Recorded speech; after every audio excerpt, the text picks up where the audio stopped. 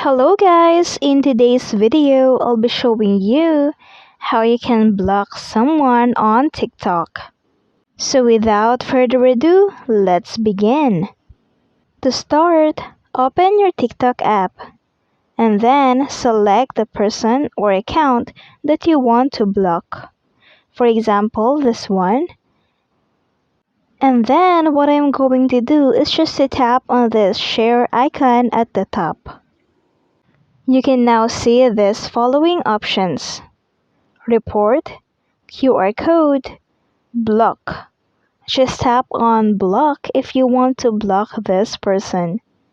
So now blocking this person means that he or she will not be able to send you messages, see your posts, or find your profile.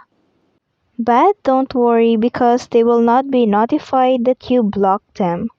And that's it. I hope this video helped you out. Thank you for watching. Don't forget to like and subscribe.